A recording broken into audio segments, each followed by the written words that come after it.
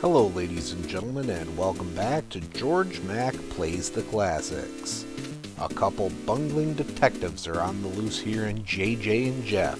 This is the localization of the Japanese Kato-chan and Ken-chan, two comedians who were hosts of what inspired America's Funniest Home Videos.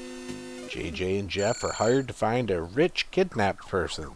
They need to go through 6 worlds of 4 levels each. If you told me this was a tech demo for an upcoming Adventure Island release, I would have believed you without any hesitation. JJ or Jeff run to the right and can't move backward. There's a vitality meter up on top of the screen that ticks away with both time and injury. This meter is refilled by collecting food that is hanging around the level. What's different is the attacks of the protagonists are kicks with button 1, and a spray can by holding down and pressing button 1. This was a fart in the Japanese version. Enemies can also be defeated by jumping on them a la Mario. Jumps are achieved with button 2 and become super jumps if you're moving.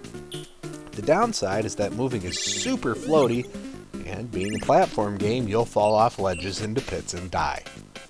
You need to kick at everything you see because there are hidden coins, food, doors, keys, and more throughout the levels. A key is necessary to open up the path to the boss at the end of the 4th level. If you didn't find it, there's a green spring that you can take back to a previous level so you can try and find it again.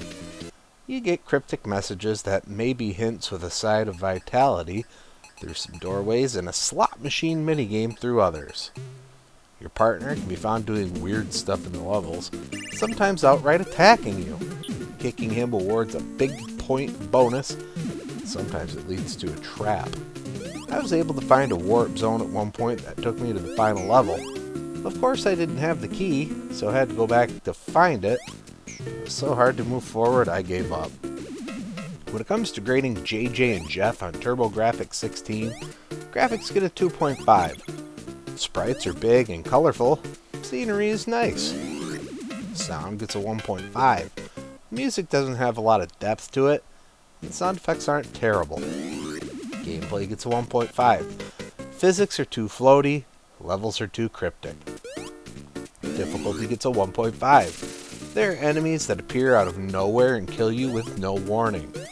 At least you have unlimited continues by pressing down, plus run, plus buttons 1 and 2. Fun factor gets a 1. More frustrating than fun. It's zany, but not particularly good. Overall, JJ and Jeff earns a 1.6 and gets a C-. Yeah, I didn't like this one. I can see how some people might enjoy it, but it isn't for me. Well, that's going to do it for me for today. Please make sure to like this video. Let me know what you think of JJ and Jeff in the comments. And please subscribe to Head Drop Productions here on YouTube, because we want you here for each and every video we release, because it is your destiny.